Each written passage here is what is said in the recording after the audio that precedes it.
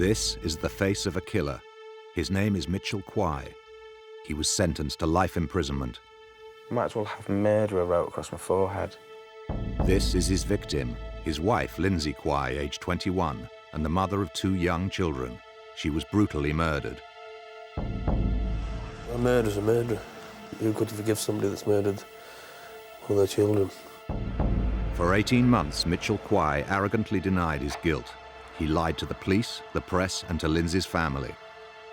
I know the truth. I'm the only one that does know the truth. We spent the last months of Mitchell Quay's freedom documenting the life of a prime suspect who thought he'd got away with murder. Tonight on Real Life, we reveal Mitchell's cruel campaign, and we join Lynsey's family on a search to find out the truth of what happened to their daughter. I want to see him behind bars, but I also want to know where my daughter is so we can bury her.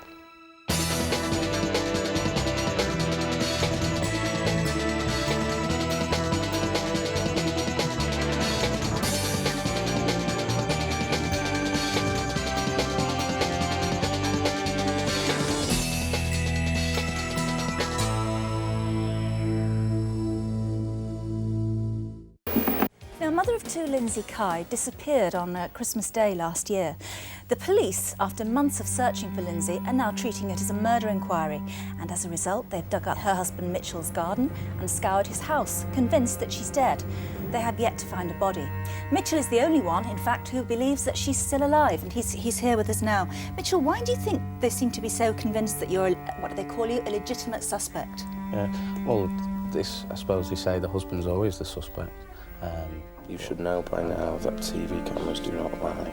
Each time you have appeared on TV, your facial and body language tells the viewer that you have murdered your wife. Did you kill her? No. Why would you walk out on the kids as well? I don't know. It's a question you could only ask Lynsey. But your children deserve to know where their mother's remains are. Do you think you're in your own mind that she could possibly be dead? No, not at all. You are a clever murderer who found time to dispose of a body long before the police got involved and all the clues were lost. We all know you did it. Signed, Justice Once. Did you kill Lynsey? I'm not going to answer that. I'm not going to answer that question because I don't need to. You make up your own mind, because eventually everyone will find out. Southport, Christmas Eve 1999. It was the end of a difficult year for 24-year-old Mitchell Quay.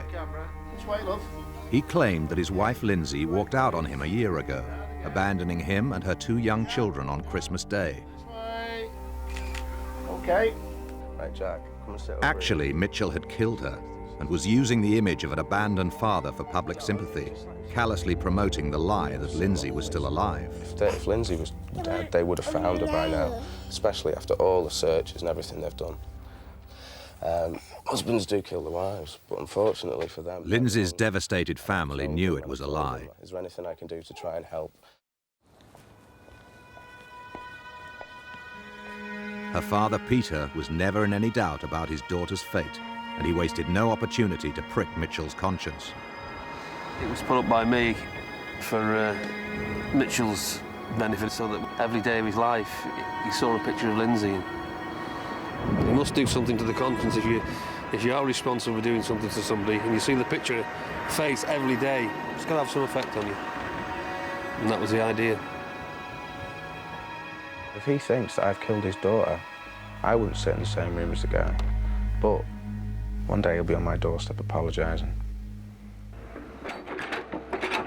For almost a year, Merseyside police had been searching and digging, but they could find nothing, no body and no evidence of foul play.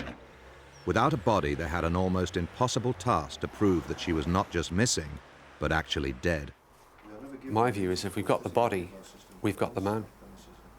I don't believe for 1 minute that Lynsey's gone out on Christmas Eve and has come back in on Christmas Day and abandoned those children. She loved her children. I don't believe that. What is frustrating for me is I know she's dead. That's my mummy. It breaks my heart because I don't know if one day I'm going to have to turn around to Robin and say, look, some psycho's killed your mum. You know, I wouldn't put it exactly like that, but I know how I felt when I lost my mum. With her being so young, I suppose it's different, but I just don't know what to say to her anymore. I don't know what to do. Lynsey was the youngest daughter in the Wilson family of 6 children. She was fun-loving, outgoing, outspoken. She wasn't shy, not as she got older. She was as a baby. I mean, if anyone went to get her, she'd run off shouting her dad. In February 1995, Lynsey was only 17 when she became pregnant by her first serious boyfriend. They got engaged. Most of the time she was happy about it. You know, she didn't think of abortion or anything like that. She was pregnant and that was it. But Lynsey had second thoughts about the marriage and broke off the engagement. 5 months pregnant, living alone and frightened about her future, she met Mitchell Quay, a 20-year-old croupier. The first thing that attracted me to Lynsey, I think, smile. And I saw her, I was like, oh, God, oh, she's gorgeous, and I fell in love. And from that night on, we were never apart. That was it. A week later, we were engaged. About a week later after that, the wedding was set, and we were married after 5 weeks. It was a big step, big step. They were married on the 1st of August 1995. Mitchell had no family at his wedding, apart from his younger brother, Elliot. Ah, now then. These are Lynsey's wedding photographs. Now Peter, that's his brother, Elliot. Lynsey, Mitch. Lynsey on the rebound, that's what it was. Even that day ended up with a big argument at the end of the night. So maybe that was a sign of things to come. Don't know. I just can't believe it's happened to us. You read about these things in the papers and you have pity for the families. And the next thing you know, it's happened to us. I sometimes sit there in the back porch and I look out on the garden and things spring into mind, like Lynsey's cold somewhere. All the family's a victim, aren't they? So in the way it's affected my family, especially my son Peter, really taken it bad. He's not the same boy he was. It's really affected Paula. And a dad who doesn't say much, but at the end of the day, I think it'll affect him more. I just asked him where he's put Lynsey. Just ask him to be a man and tell us where she is.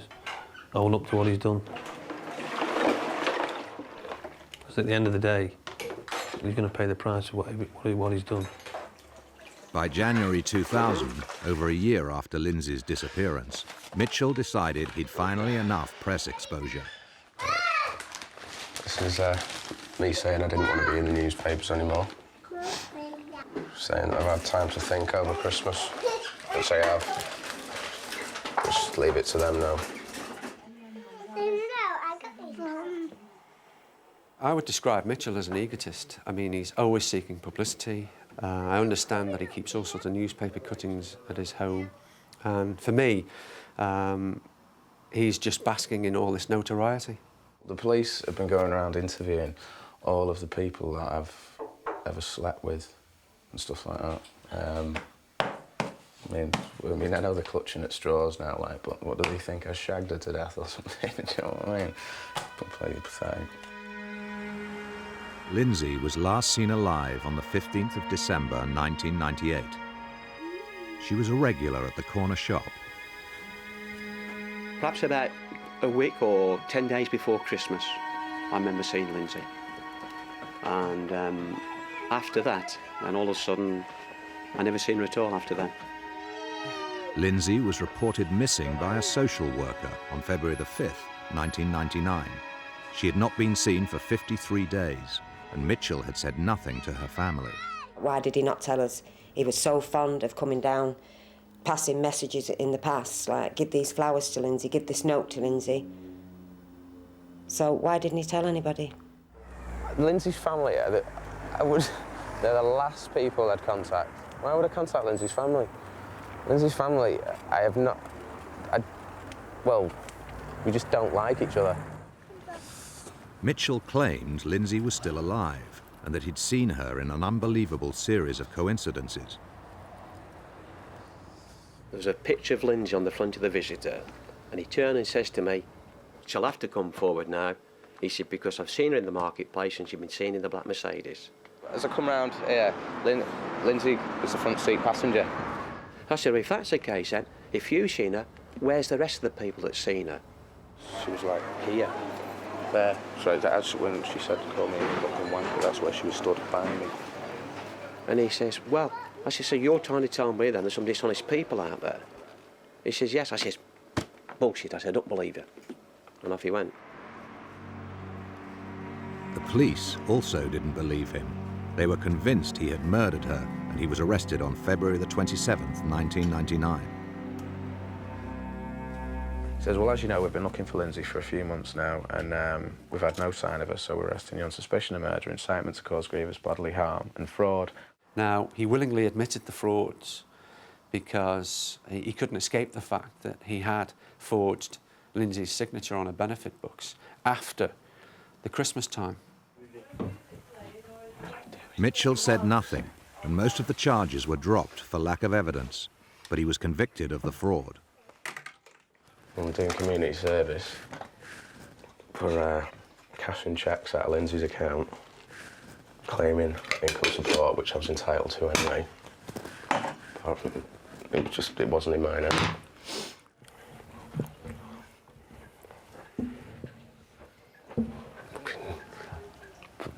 Me having to do this, leaving me with the kids. I wouldn't piss on her if she was on fire.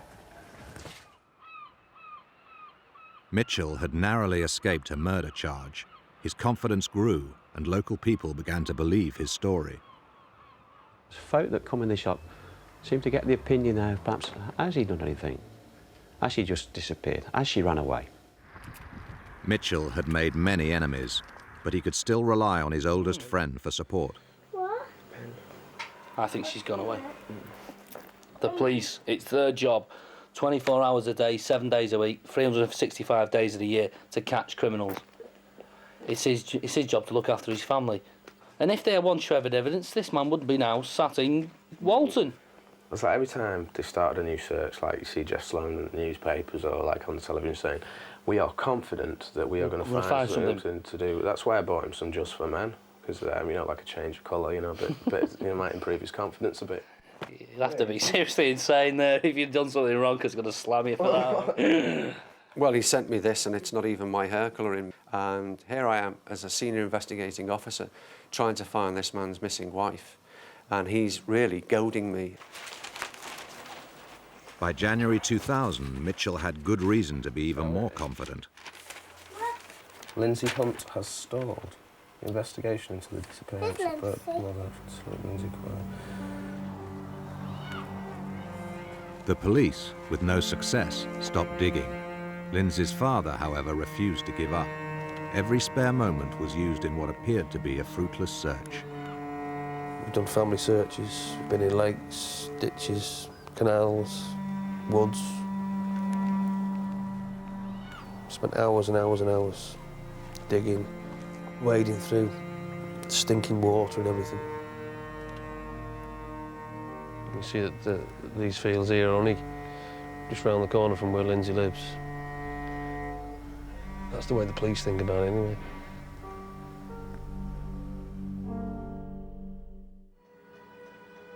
In August 1995, Mitchell and Lynsey's first home was a small flat in Boundary Street, Southport. Her daughter, Robin, from a previous relationship, was born. Immediately, the marriage to Mitchell started to fail. I mean, at first, he did come across as this, nice bloke. Until all the violence and that started, then saw another side to him. She wanted him out the flat. And I said, "You've only just got married, give it a chance." And she said, "You don't understand, he hits me."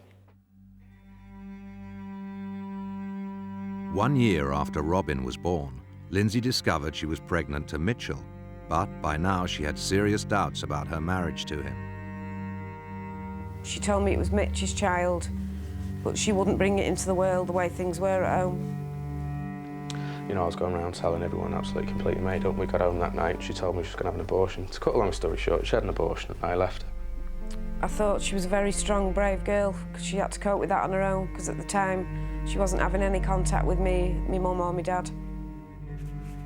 Sickened me, it really did. Absolutely sickened me. There's something that would argue that all those circumstantial chain of events gives you an extremely powerful motive. Yeah, it gives me motive and I can understand being a suspect, but I'm not going to stand here and protest my innocence with anyone because I don't need to. Right? Yes, it gives me motive. I've said this all along. I can understand being a suspect. I'm not bothered being a suspect. All I want to do is find out where Lynsey is. It does give me motive. I've never argued with that. But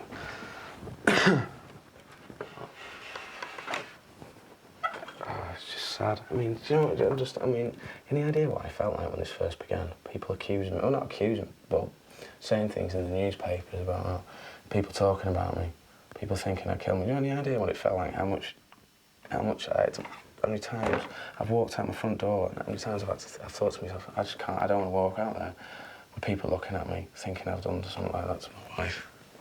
Any idea what that feels like? Mitchell never forgave her for aborting his child. He beat her, and she took out an injunction against him.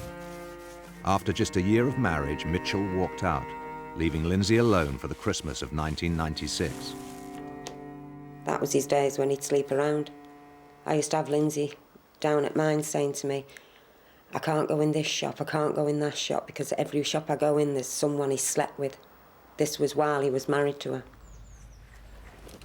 Even under suspicion of murder, Mitchell kept up his old habits. I'm not going to deny it. I've not been completely celibate over the last year, anything but. You get offered it on a plate, you take it. The one woman turned around to me and said, I don't care if you have done it. She said it actually turned her on, the fact she didn't know whether I'd done it or not. And so I kicked her out. In their desperation to find her, Lynsey's family sought any help they could get. Letters off people, psychics' drawings of where she might be buried. People seem to know what's gone on, but they don't know where the body is.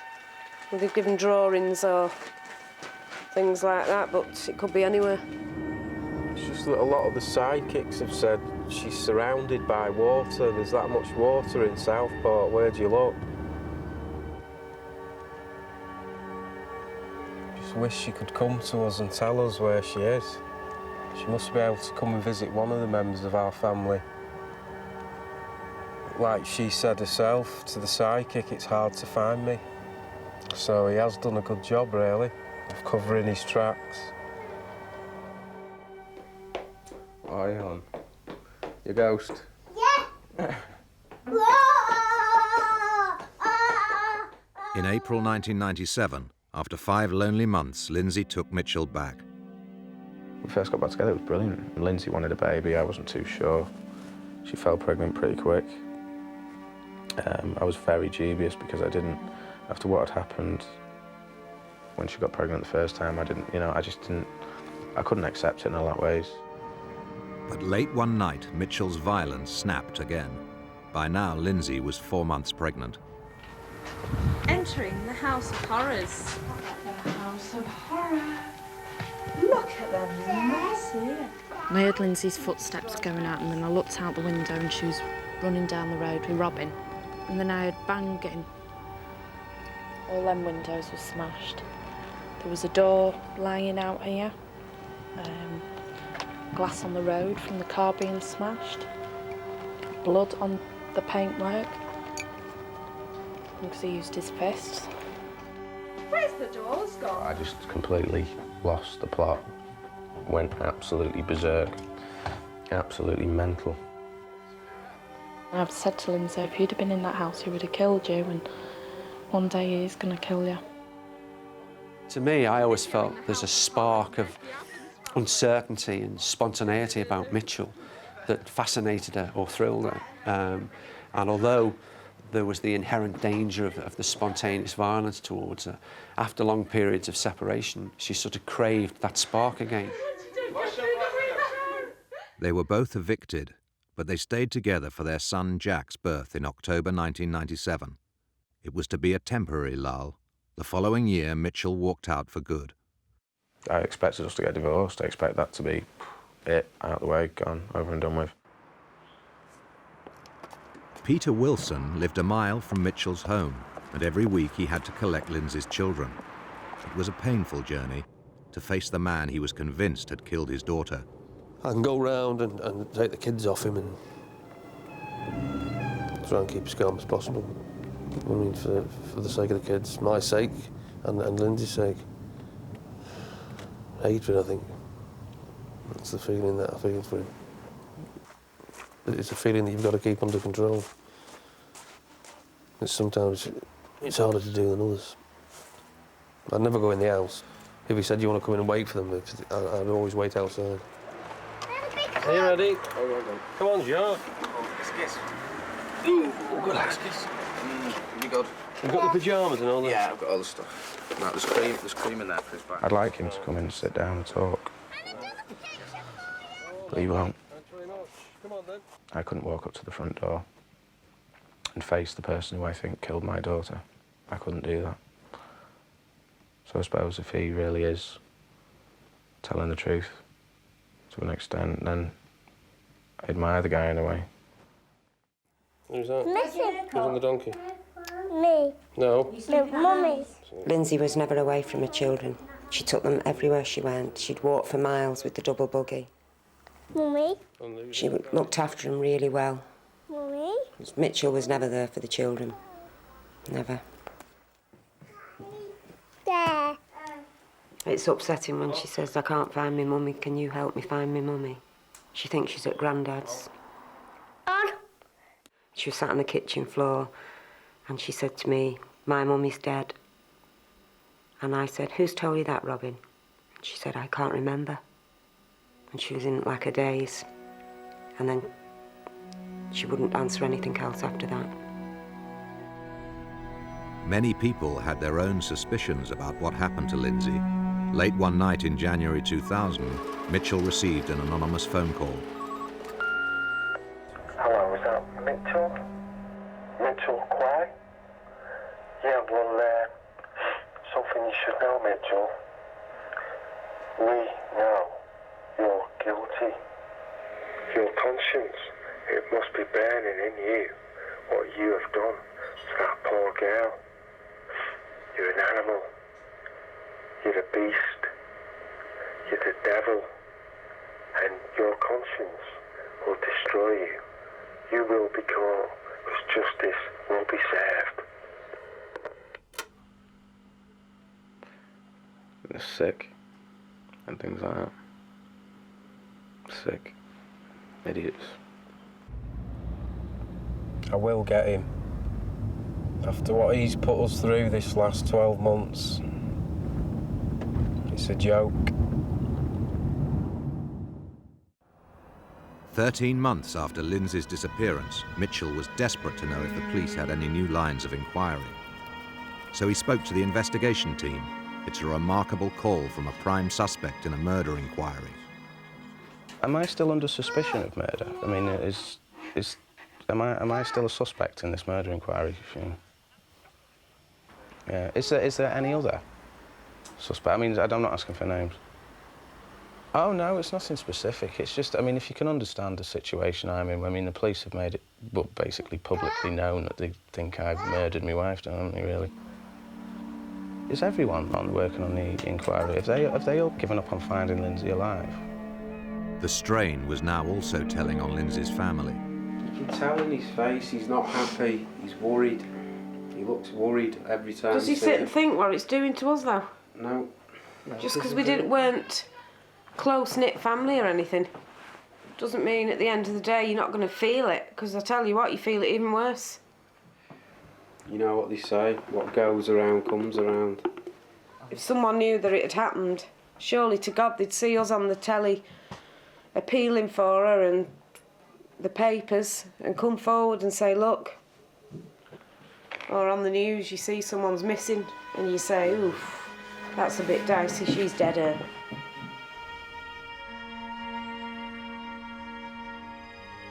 After months of mounting pressure, Mitchell had decided to go on the offensive against the police. He invited a journalist from a local paper to his house and presented his news story. Right. Here there's been some developments regarding the legal aspect of the case. I'm suing them. Missing mum, husband just sued. 1 minute he's leaving it to the police to sort it out. Now he's suing the police because of arresting him or something. Is it right to arrest someone with no evidence? No evidence whatsoever? Not one thing? Can't understand it, really. Because he was arrested and charged with 3 offences and was convicted of 2 of them. So what was your time like when you were in custody? It was horrible. You can imagine. I mean, I've never been in the cells before that time. It says, like, I've never been in a cell before. Oh.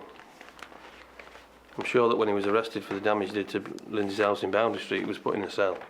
I will not stop until they either apologise to me or I get compensated, because I think I deserved it. I've been branded a murderer in this town by them. This is just the sort of article now that'll stir all the family up now. I've got to the point now, the more pressure they put on me, the stronger I'm getting, and the more determined I am to find Lynsey and sue the balls off the police. I've had enough of Jeff Slound.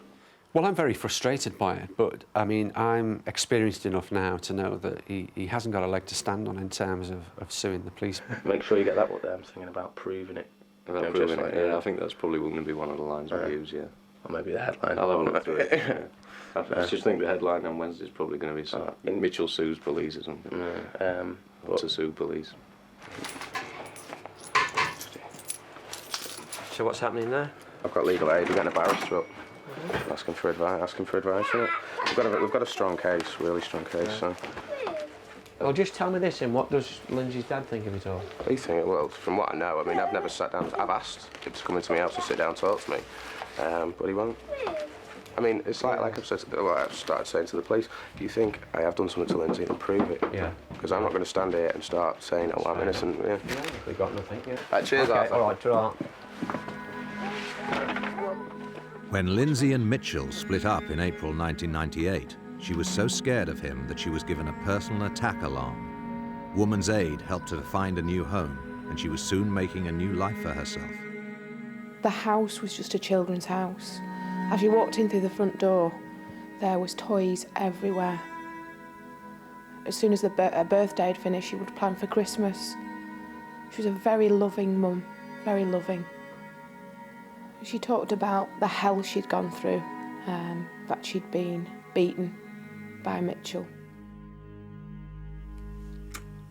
I got the impression that Mitchell was violent, horrible, scary, not fit to be around women. This was at mine, wasn't it? Lynsey described Mitch as being very cool until he snapped. Very violent. That was enough for us to not want him to know who we were or where we lived or who our children were, and that he was someone that should be feared. She was frightened. She was a frightened young woman. In the summer of 1998, Mitchell was working at Southport Pleasureland. He was desperate to see Lynsey again. I asked to see the kids. I was absolutely gutted. She wouldn't let me see them. It was the only way she knew she could get to me. Jack's first birthday in October gave Mitchell the opportunity to get back into Lynsey's life. To be completely honest with you, I didn't want anything out of the marriage. All I wanted to do was see my kids at the time. I hadn't seen them for that long. Curiously, Mitchell couldn't bear to part with his last gift to Lynsey. These are the last bunch of flowers I bought Lynsey. Would have been in October, something like that, I think. And they've been there ever since. I don't want to get rid of them. She didn't tell her mum or me or anybody else that she'd taken him back. And that's Lynsey's final mistake. With Mitchell and Lynsey back together, family and friends kept away. But within weeks, Lynsey knew she'd made a terrible mistake. The only time I popped round was the 22nd of October. I took her to the shop. On the way home, she started crying. She let Mitch come back and she wished she hadn't let him come back. She can't get him out of the house. And she asked me, could I get him out of the house? And I said, well, no, because I've intervened before and we've fallen out and we haven't seen each other for months. And it's up to you to do something yourself about it. Hello, good evening, I'm Agnes. I'm Paula. Pleased to meet you. I got to the house and she asked me to come in, and Mitch was sat in the corner drinking a can of lager, giving me, well, if looks could kill, I'd have died on the spot. Did you bring something Yeah. with you? As I was leaving, she said, I'll give you my phone number, Paul. I said, yeah, give me your new number. Oh, I feel very upset at the moment as I get hold of these. I feel as if I'm choking at the moment. I got outside in the car and she put the paper in my hand and I took it from her. She put her arms in the car, hugged me, kissed me. I don't know why, but I feel I want to cry as I get hold of these. I drove off and then I pulled up at home and realised, I thought, oh, it's all going to start again. I'm going to get all the trouble at my house. There's going to be arguments. But I opened the note and on the note it said, please help me. I do feel this lady is in this very well because it comes so close that. The next day I saw my mum and I gave her the note. I said, this is what Lynsey's written. I feel I'm still in Southport. I'm not outside of Southport with this girl. She said she'd had him back because she felt lonely and she realised she'd made a mistake, but there was no one to help her anymore. And then, like I say, I read that note. Please help me. And I wished I could turn the clock back.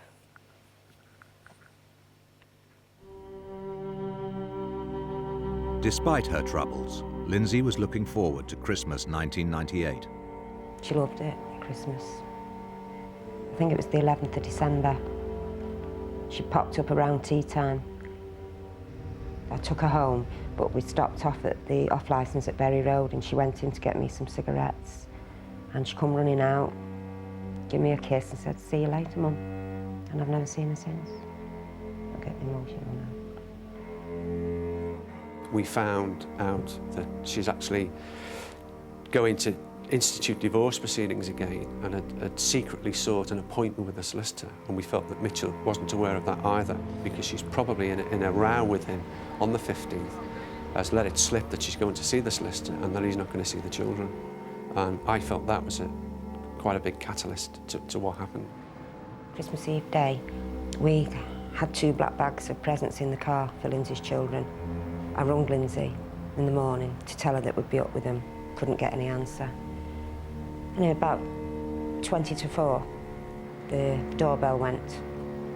And when I got downstairs, it was Mitchell Quine. And he stood there in this cold weather and rain in just this shirt and the 2 children in the buggy. And I said, I've been ringing Lynsey all day. And he says, oh, the phone got broken in an argument. I said, where's Lynsey? And he said, she's in the house getting ready to go out with her mates. Anyway, I gave him the presents and this, that and the other, and I just said, I hope there's going to be no trouble tonight, and you know it's going to be a quiet Christmas for you. And off he went. Next time I saw her was at 7 in the morning, Christmas Day morning. She came in, she was wrecked. Well, we got no card from Lynsey at Christmas, no presents or else. Didn't think too much of it because we left them to get on with it. She got up early afternoon, say about 1, 2 o'clock, something like that. Got up, I had her go in the bathroom, like, had the shower going. She came down, and got herself sorted out and left. Complete rubbish. I don't believe one thing he said. I believe he's harmed my daughter.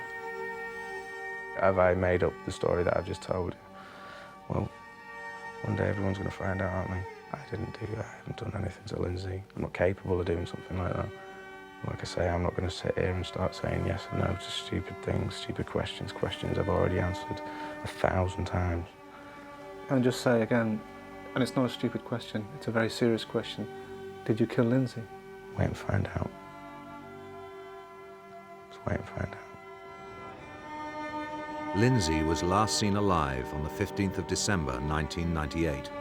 Her absence was not reported until February the 5th, 53 days later.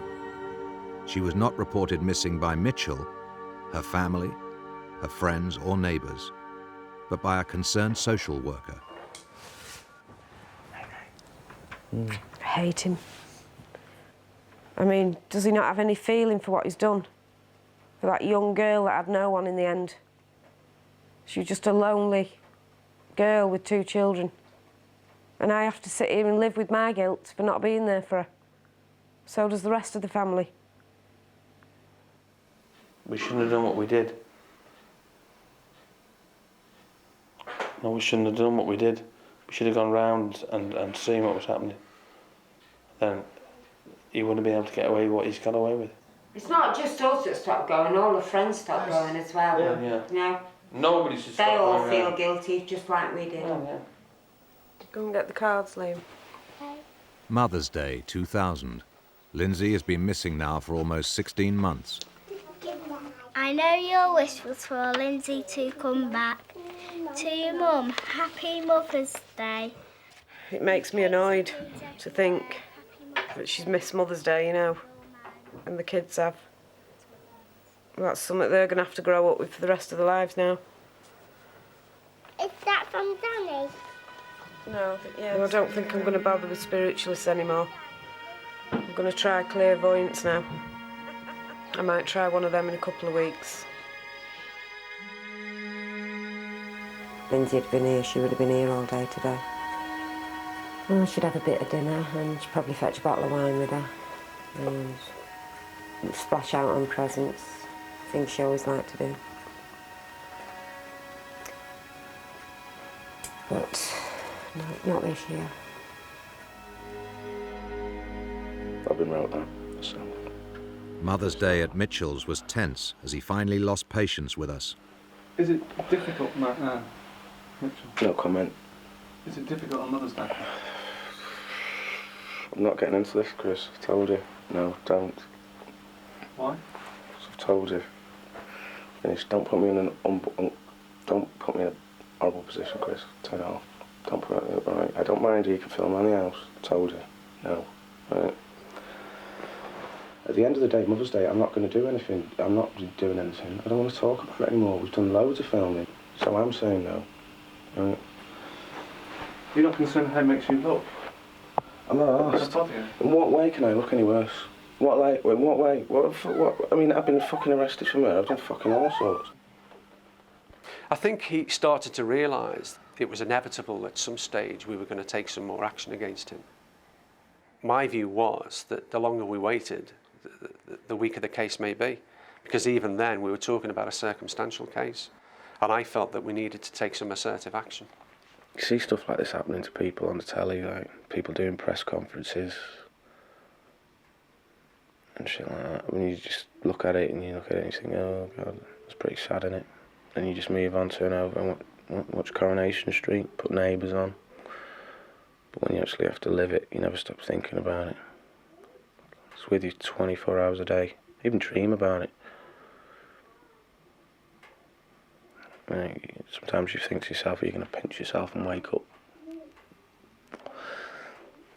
It's all a bit of a bad dream, but it ain't. It ain't. Mitchell's bad dream was about to turn into a nightmare.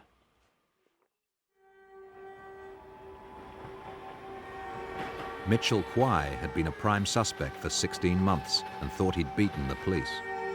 But his arrogance was about to be finally dented. What more can anyone do to me now? Nothing. I've been dragged through the newspapers, a few of the nationals, I've been on the television, I've been on Richard and Judy, and now I'm doing this, and I've gone beyond caring what people think of me. I've said my bit. If people don't believe what I'm saying, that's tough shit. I don't care anymore. I know the truth. I'm the only one that does know the truth. Serious, you know what I mean? At the end of the day, I was the one who was there, here. After 16 months' investigations, the police knew Lynsey was not alive after the 15th of December 1999. And they also knew Mitchell was lying about what happened that Christmas.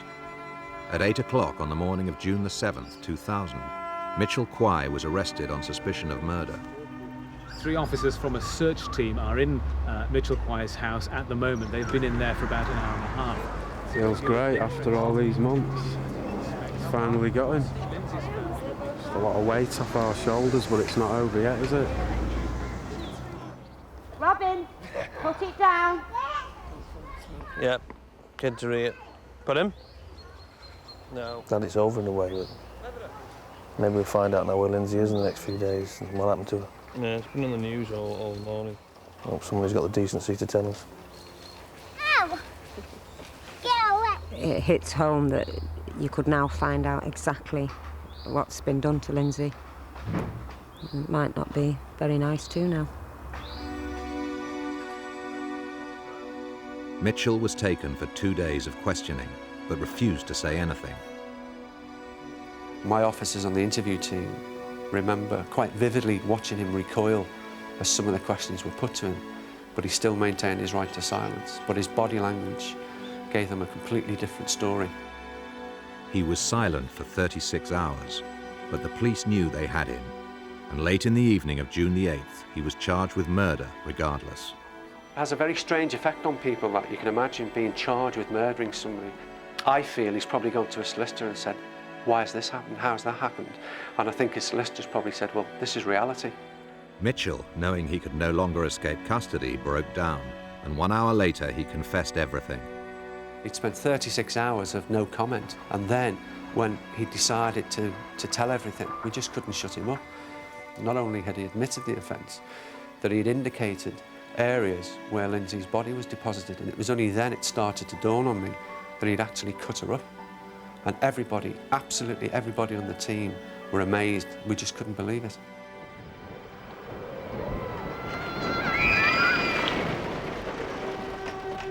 The following day, we followed Mitchell and the police on a horrifying tour to find Lynsey's remains. What I was hoping for, that he wasn't taking us on a wild goose chase and just seeking more publicity. I was amazed. He looked around and asked if the press were there, because he was quite eager to be seen on camera. He was laughing and joking with the officers, no remorse whatsoever.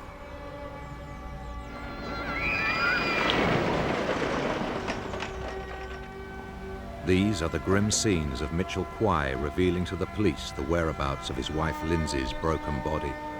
He pointed to an area and said that he'd put the carcass, he referred to Lynsey's torso as the carcass. What will you do if the police find Lynsey's body? Be gutted. I'd be absolutely gutted. For the kids. What would you say to the kids? What do I say to Robin? What do I say to her? Mitchell had callously cut up his wife and the mother of his 2 children in the bath at their home. He'd cut her legs off, he'd cut her head off, and he'd cut her hands off, and systematically wrapped them in cloth and bags and taped them up, and callously took them outside with the children and dumped the various body parts at locations that we've since found.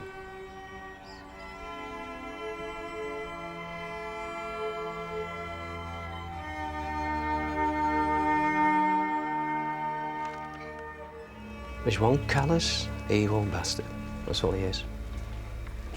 Don't like swearing about him, but there's no words fit to describe the man. And unfortunately, a lot of the neighbours are on his side. Some of the remarks they would say about Lynsey was unbearable. I bet they wish they'd never even said anything at all now. After 18 months, Peter Wilson's heartbreaking search was finally over. For one human being to do that to another human being is just beyond, I'd say, normal people's comprehension. Lynsey had never left her children. She had never even left her home. On the 16th of December 1998, Lynsey had arranged a solicitor's appointment to finalise the divorce and get Mitchell out of her home for good. Unable to take her final rejection, Mitchell killed her in the early hours of that morning. Just a nightmare, really. As I said, it just goes from bad to worse. Just got to put up with it. Just got to keep strong. You know, you feel like cracking up, but I can't at the moment. There's a lot more to be done. Just sad, really.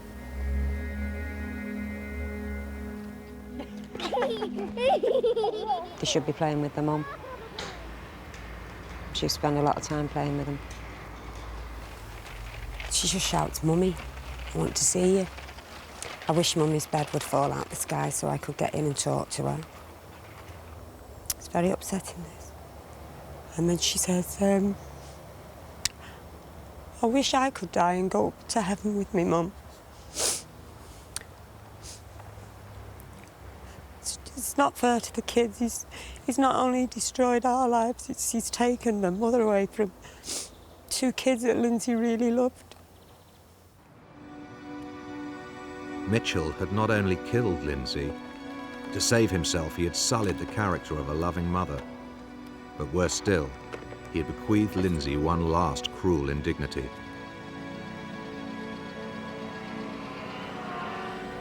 They said that Lynsey's head and hands were put in a bin bag and put out for the refuse collection. So, and if that has happened, the chances of finding them are non-existent, really. I don't think Lynsey will ever rest. I don't think the family will ever rest, knowing that we can't put her all to rest. Just diabolical. Mitchell Quay was convicted of murdering Lynsey and sentenced to life in prison. His brother Elliot was sentenced to 7 years for assisting him in the disposal of her body.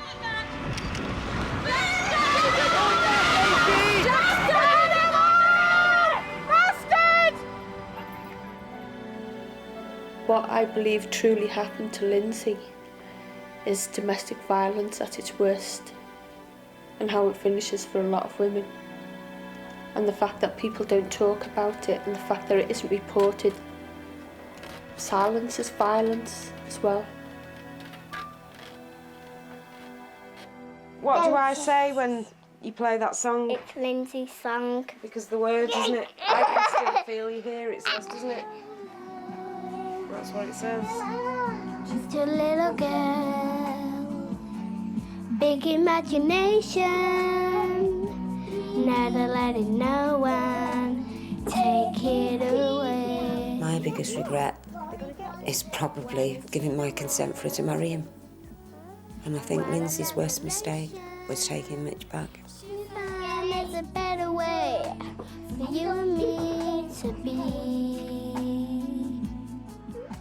Something inside every one of us has died. I think when Lynsey died, it died with us as well. We've lost something that we weren't really looking after at the time. You'll always be someone's baby. Goodbye, my friend. To live with the fact that your sister's been murdered is just something you can't live with, but to find out what he's done to her, that is the worst thing. Times will never change it, no, no, no. I think the ultimate victims are the children, because they've been robbed of her.